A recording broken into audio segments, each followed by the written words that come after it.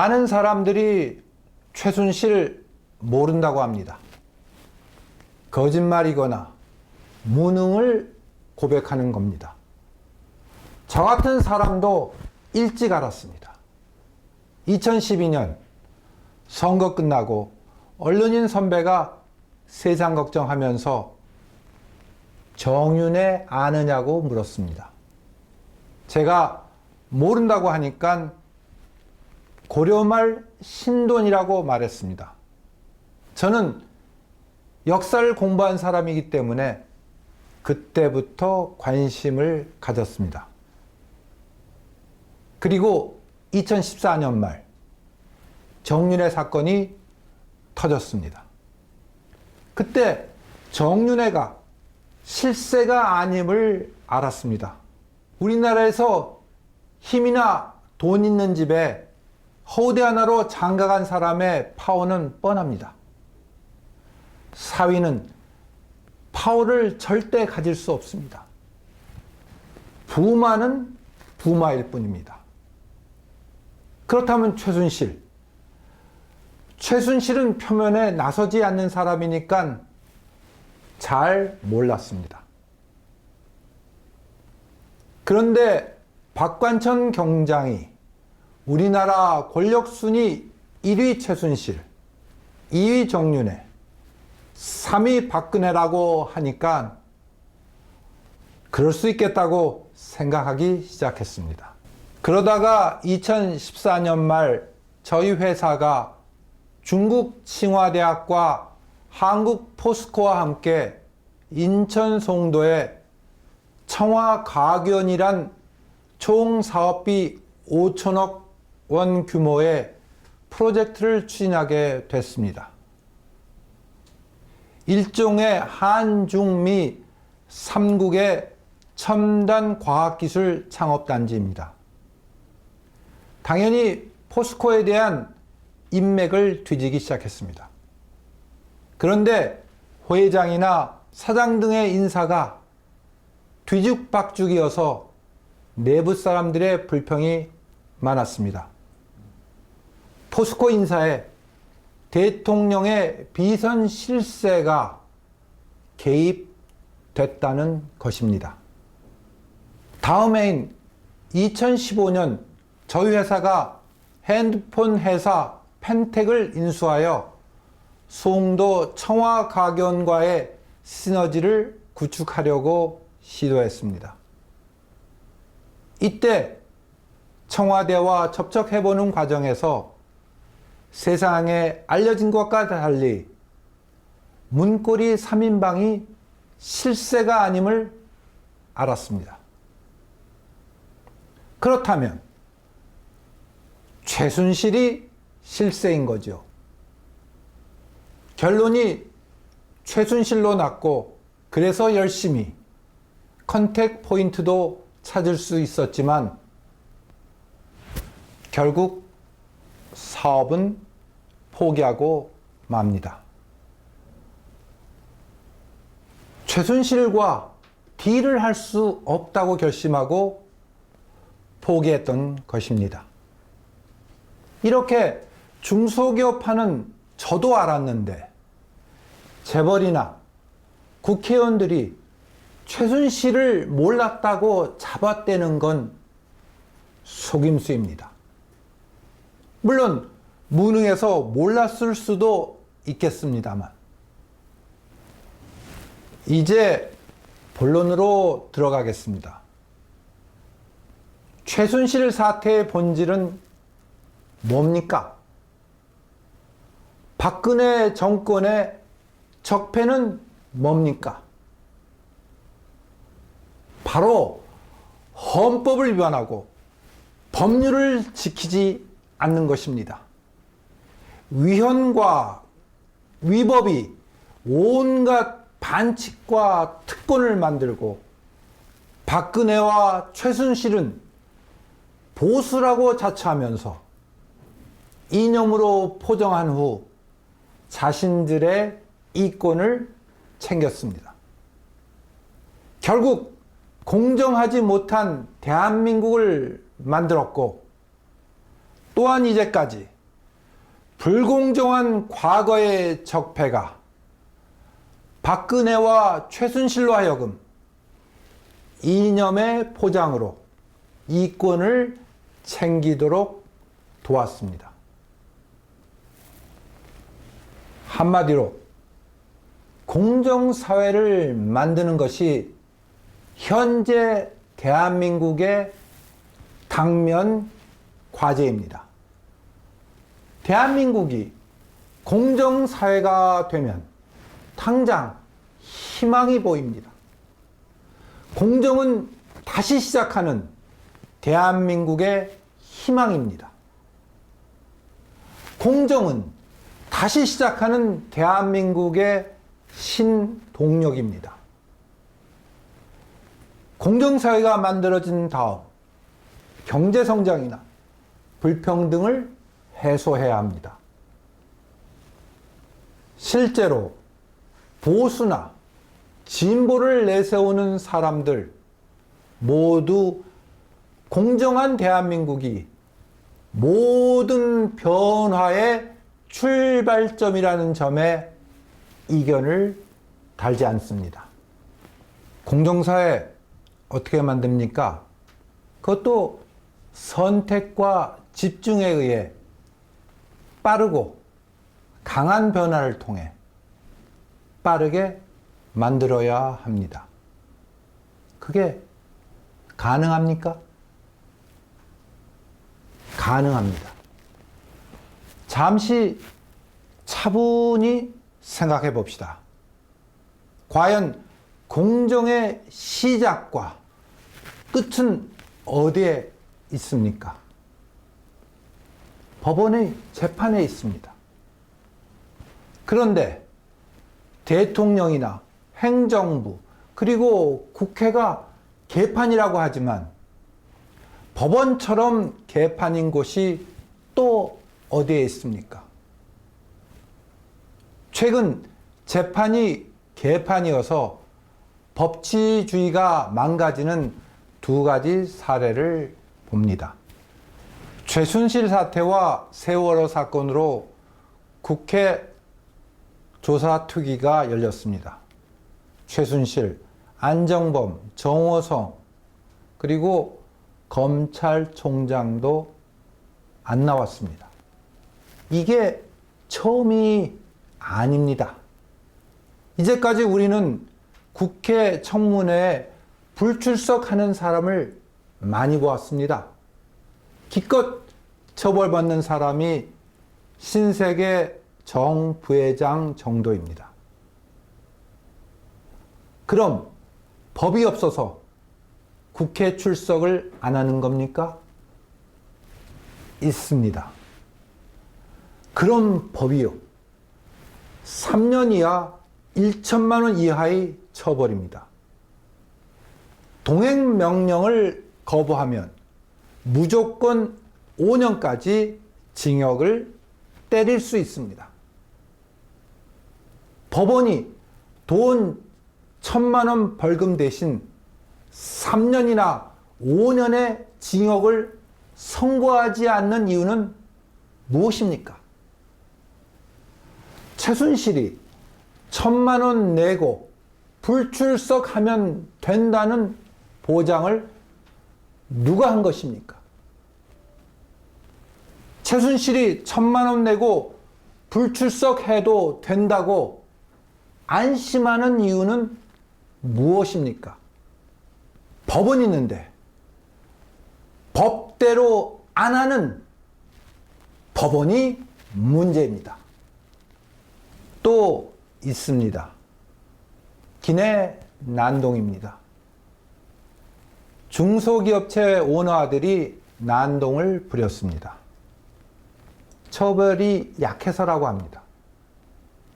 그런데 법에는 5년 이하의 징역이 있습니다. 때리면 됩니다. 저는 남의 주머니에 손 집어넣었다가 판사가 징역 2년을 때리는 걸 직접 눈으로 보았습니다. 유전무죄. 무전유죄는 법원이 개판이기 때문에 생긴 말입니다. 국회 불출석도, 기내 난동도 모두 돈 있는 사람이기 때문에 법원이 솜방망이를 휘두른 겁니다. 어수룩한 소매치기는 돈 없고 백 없기 때문에 가혹한 형을 때린 것입니다. 법대로 할 때 정작 법대로 하지 않고 오히려 법대로를 내세워 조폭처럼 행동하는 나라가 대한민국입니다. 그 첫째 책임은 법원에 있습니다. 실제 국민의 3분의 2가 법원의 재판을 신뢰하지 않습니다. 또한 국민의 4명 중 1명이 전과자인 나라가 대한민국입니다. 그런데 청문회에 나온 대법관 후보자는 범법을 저질렀음이 분명해도 전과자가 아닙니다. 대한민국의 불공정의 시작과 끝은 바로 1%의 법관이 농단하는 법원에 있습니다. 재판이 공정하게 진행되고 공정한 판결문이 나오면 공정한 대한민국이 될 수 있습니다. 검찰이요. 그래도 선출된 대통령이 마음 제대로 먹으면 하루아침에 공정한 검찰로 쉽게 변신합니다. 줄서기에 익숙한 검사들은 대통령이 공정사회를 만들겠다고 마음먹으면 공정사회 만드는데 열심히 줄 섭니다. 그래서 검찰은 덜 걱정됩니다. 불공정 대한민국의 몸통은 법원이고 깃털이 검찰입니다. 노무현 대통령처럼 어리숙한 아마추어리즘으로 검사와 공개 토론회 같은 것 안 해도 됩니다. 그것도 이미지 정치의 일환입니다. 줄 세우면 되는데 왜 공개 토론이 필요합니까? 높은 사람과 부하가 말싸움하면 윗사람이 백전백패 지게 되어 있습니다. 그걸 모르고 노무현 대통령이 덤벼든 거죠. 아마추어리즘의 극치라기보다 이미지 정치의 패착입니다. 이념의 이권화를 추구하다 보면 이미지 정치에 빠지는 게 당연합니다. 1%의 법관이 농단하는 법원, 어떻게 빠르고 확실하게 변화시킬 수 있겠습니까? 우선 1% 농단 법관을 축출해야 합니다. 사람 바꾸지 않고 시스템만 바꾸는 것은 아무런 효과가 없습니다. 현재 대한민국 법관 3,000명밖에 없습니다. 1%면 단지 30명밖에 되지 않습니다. 오직 30명 솎아내면 충분합니다. 그러면 법원의 대변화는 시작됩니다. 동시에 제도적으로는 판결문을 공개하고 법관 탄핵제를 실시하고 국민 참여 재판을 더욱 활성화하고 마지막으로 국민이 선출하지 않은 유일한 기관인 법원의 수장, 즉 대법원장을 대통령 선거 때 함께 선출하는 겁니다. 이러면 1% 법관이 농단하는 불공정의 대한민국은 사라지고 공정한 대한민국이 탄생하는 출발점이 됩니다. 그럼 1% 30명이 속가내면 충분합니까? 충분합니다. 요즘 로스쿨 때문에 법조인이 쏟아져 나옵니다. 이미 2만 명을 돌파했습니다. 변호사 연평균 소득이 300만 원밖에 안 됩니다. 판사와 검사가 20년 차 되면 억대 연봉을 받습니다. 부장판사나 부장검사로 옷 벗어도 로펌에서 서로 스카우트하던 시대는 끝났습니다. 우리나라에서 가장 영리한 사람들이 판사이고 검사이기 때문에 판검사로 평생을 마치겠다는 사람 엄청 많아졌습니다. 줄 서는 문화에 익숙한 검사들, 좋은 대통령이면 공정사회의 파수꾼으로 바뀔 수 있습니다. 판사들 역시 가장 똑똑한 수재들로 30명만 속가내면 누구보다 먼저 공정사회를 학습합니다. 30명을 뺀 나머지 판사들은 재빠르게 공정사회의 수호자가 됩니다. 물론 거기에 판결문 공개, 판검사 탄핵, 그리고 대법원장의 선출이란 제도적 개선이 덧붙여져야 합니다. 법률의 공정한 집행만큼 제대로 된 입법이 국회에서 이루어져야 합니다.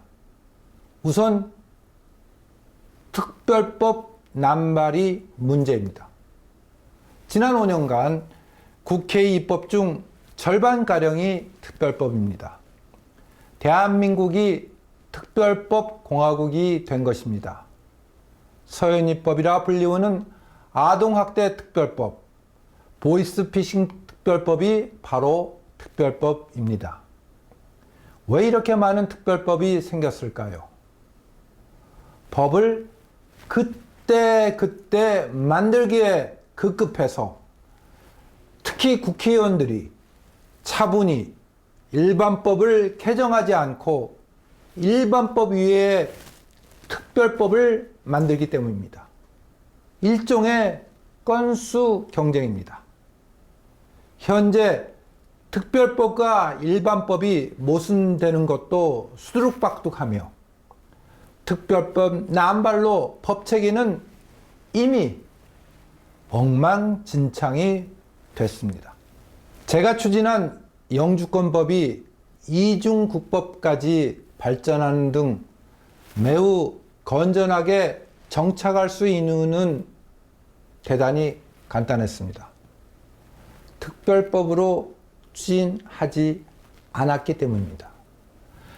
애당초 한국에 사는 화교들을 위해 특별법으로 영주권 제도를 추진하다가 당시 집권당 부총재인 정대철 의원이 저를 아침에 불러 집으로 직접 부르셔서 법무부에서 우리가 만든 특별법보다 출입국 관리법을 바꾸는 것이 훨씬 현실성 있다고 저를 설득했습니다.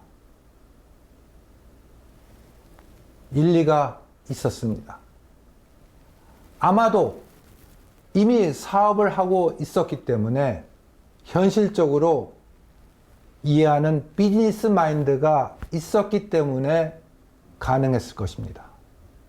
만약 제가 교수로 그냥 있었다면 쉽게 이해하지도 못하고 아마도 반대할 것입니다. 특별법으로 그냥 가자. 즉석에서 좋습니다. 특별법 포기하고 일반법으로 가자고 해서 영주권이 특별법이 아닌 일반법의 개정으로 이루어졌던 것입니다. 또 하나 영주권이 성공한 이유는 김대중 대통령과 이회창 총재를 모두 설득했기 때문입니다. 물론 양당의 국회의원도 엄청나게 만났고 설득했습니다. 소통입니다. 여야 차이도 많지만 소통하면 막상 그 차이도 쉽게 좁혀집니다. 그래서 특별법 남발하며 국회의원들이 서로 건수 경쟁하는 것보다 여야가 충분히 논의하고 토론하여 일반법을 개정하는 것이 맞습니다.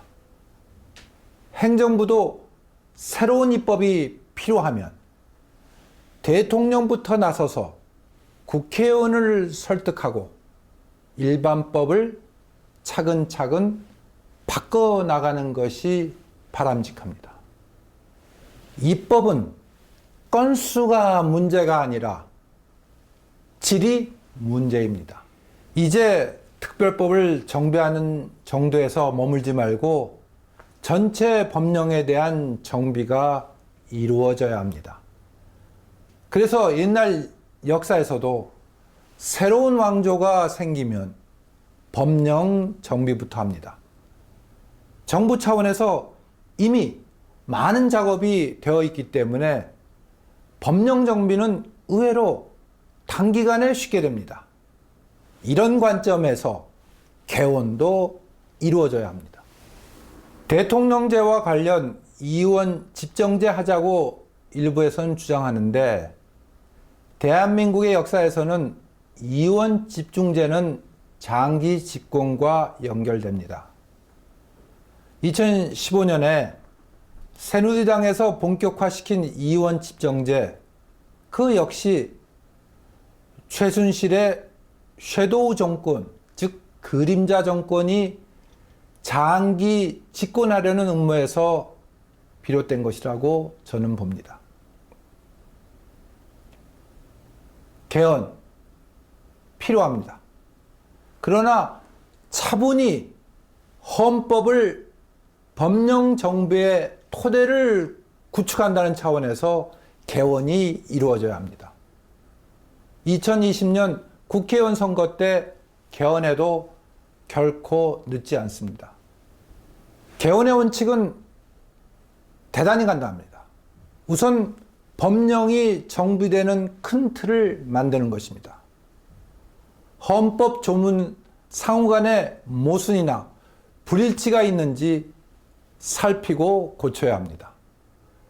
둘째로, 모든 최고위 공직자는 선출에 의해 선발되어야 하며 동시에 국민의 위임을 취소할 수 있는 국민소환제가 실시되어야 합니다. 박근혜 대통령의 거취는 최종적으로 국민에 의해 결정되어야 하는데 헌재 재판관이란 법률 전문가에 의해 결정되고 있습니다. 대한민국의 주권자보다 법률 지식이 상위에 있는 겁니다. 만약 국회의 탄핵 결정 후 국민투표로서 퇴진이 결정됐다면 혼란도 없고 신속하게 법치주의가 실현될 수 있었습니다. 대통령, 국회의원, 대법원장에 대해서는 반드시 국민 소환이 가능해야 합니다. 그래야 주권 재민이 제대로 실현됩니다.